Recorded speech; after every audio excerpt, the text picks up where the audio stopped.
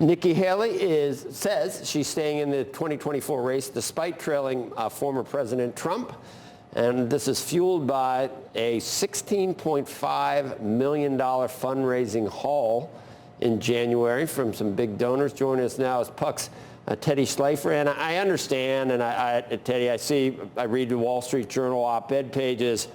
And she points out, Governor Haley points out that there were 15 people at the beginning of this all announcing to try and get the GOP nomination. Now there's one. And I don't know how many potential legal issues are remaining and how that plays out for Trump. But if you're the last person standing, you might as well stay in, especially, and I think that's what donors are thinking too. It's that simple. Sure. I mean, the Haley campaign over the last few days has been really stressing that they do not see the South Carolina primary this weekend as the be-all, end-all event for Nikki Haley's campaign. Obviously, they're going to say that, and they're not going to talk about herself explicitly as an insurance plan against, a Trump legal catastrophe.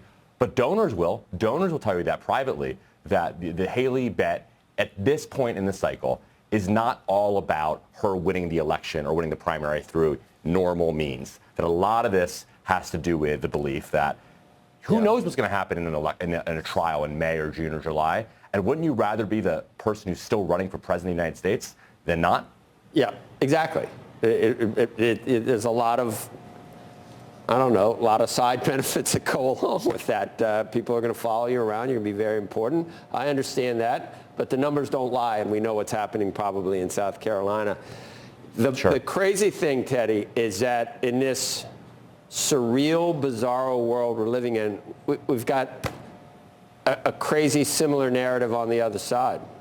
Because yesterday we had a guy come on who actually said Gavin Newsom is not liberal. And in fact, he's doing a great job on homelessness and crime in California. I still see articles that Michelle O definitely waiting in the wings. So both sides are doing CYA because the nominees, the presumptive nominees, are so unpalatable to most Americans. It's bizarre. I think what's different is the Republican donor world is actively preparing for a possibility that Donald Trump is not the Republican nominee. In the Democratic donor world, that is not the case. I think there's lots of wish casting. I think there's lots of major givers who, acknowledge in private moments that Joe Biden has, an age problem, obviously, and that Joe Biden may not be the strongest Democratic nominee. But I am not detected. He's it. You think he's it? Yes. I'm not convinced. Yes. I'm not convinced. There could be. We've had. I don't know. The same type of legal catastrophe you talk about on the Trump side. We'll see how the State of the Union goes. We'll see what he can muster. Maybe they'll mainline some Prevagen or some. I don't know how they're going to do it. But people in the know, they know in their heart of hearts, they like to hold on to power, but they know that this guy should not probably be the nominee. Maybe, but I think that the Democratic Party donor and establishment more broadly is pot committed at this point. The time for Democratic Party elders to discuss whether or not Joe Biden was the best nominee was in 2022. It was in maybe early 2023. It is February 2024. The Democratic convention is in a few months. I do not think that there is any serious effort being made to move him up. Because 2 years from now, I mean, you've seen what's happened in the last 2 years. You see the video of Joe Biden from 2 years ago. You see him now. We're talking about 5 years from now. 5 years from now. Joe, I'm not going to disagree with you. I'm not going to disagree with you about the age issue. What I don't understand. Well, you always come up with that. No, but I don't. But what I democracy versus I don't age. disagree with you. Yeah. But what I don't understand though is. And Teddy said, look, in 2022, the elders of the Democratic Party should have, or that was the time for them to make a choice. But more and more are doing it now. What about the elders of the Republican Party? They're on board because of the base. You can't win without 35%. And my question to you is, given the fact that this man is on trial around the country, is that a good thing or a bad thing? Do you think that the trial? You haven't so empirically correct. It's so empirically obvious, but obviously I'm wrong. I'm wrong in that there's people who you haven't figured out that the trial in New York what a sham the way this came out and turned out. Who was damaged for the $355 million? Does the trial in Georgia seem to be going well for you? You can't see how someone would come to the conclusion that none of these things are, and that they're all orchestrated in trying to take down the leading nominee. You can't see how people would think that. So 40% of the country, 40% of the country doesn't understand that Andrew knows. Did you see January 6th? Wait, do you have you're saying? You mean the insurrection where people were home for dinner? Isn't it usually preceded by armed? Isn't that normally what you really believe that that was going to be an overthrow of the U.S. government? Teddy, you're here, you're listening. Go ahead, you can comment on all these. What do you think? This is our life.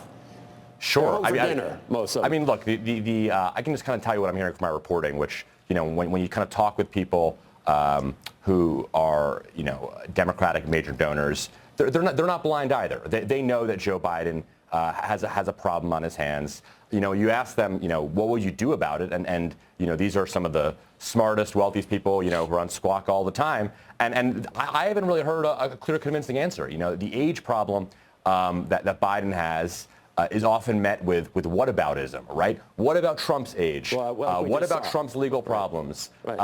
And none of those answers are solutions for the fact that Joe Biden is as old as he is. And Kamala Harris is waiting in the wings, the most unpopular vice president in history. Probably. Sure, it's unclear who the replacement would be. And also from a donor perspective, the Democratic Party is going to have tons of money. Joe Biden is doing very well in fundraising so far. Maybe he's not doing as well as Obama was, but he's doing well. There's obviously lots of anti-Trump energy, lots of anti-Trump money that is going to flow into Democratic super PACs, none of which it can really necessarily affect, the fact that Joe Biden, would be the oldest president in United States history.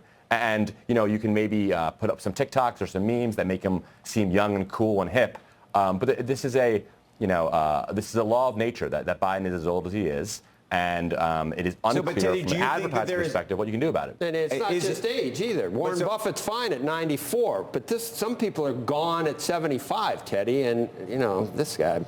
So Teddy, then the question becomes: do you see a moment? I mean, I know you said 2022 was the time for the elder statesmen in the party. I don't know if elder may be the wrong word to use in this case, but whomever they are.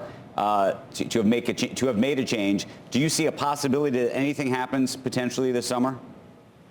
At all? I do not at this point. I think that the party is pot committed. I think that whether media elites, I know Ezra Klein or Nate Silver have been talking about the idea that Biden may not be the strongest Democratic nominee. Whether media elites may say that, like the Democratic establishment is not objective on this point. They are. The only person who can make a decision about that would be Joe Biden, for Biden to essentially step down. And obviously, it's not in his self-interest to do that. So I don't really think that there is a political science experiment or a rational conversation happening within the Democratic Party elderly establishment about this question. It's really a question for Joe Biden, who has at this point little reason to think that he can't beat Trump again after beating him 4 years ago. There's obviously an arrogance and ego that comes with being president of the United States. And I don't necessarily think that they're going to be, drawing up plays that what if it's Gavin Newsom or Gretchen Whitmer or whomever. At the end of the day, he's the Democratic president. He's the incumbent resident of the White House. And, I think there's a very, very, very low chance that there is, a bait and switch that happens. Yeah, you keep hearing it. The party that boots the presumptive nominee first will be the one that wins. You've heard that bandied about as well, right, Teddy? So I get maybe Nikki Haley is the person that said, I don't know, but time passes. We'll see what it looks like by the time November. Teddy Schleifer, thank you, sir, for weighing in and joining our debate. Joining the fray. Is that a debate? There's a debate. It's not really a debate. The country's having that debate. I mean, you can't just say that 40% of your fellow citizens are either wrong or traitorous. You just can't. Just honor that. You heard Jamie Dimon say that. Please don't turn it into this. It's crazy. Either you're treasonous or you're just dishonest. I get that. I'm just saying that we've now had so many people who worked with President Trump in the White House come on the air. And I've talked to those same people that say, between Biden and Trump, it's not even close. They're voting for Trump. I can give you names that say that. You just got to look around. We've got a 51st state. I see where we've got immigrants that now make up a 51st state. I'm not saying that this president is doing. Time now for today's App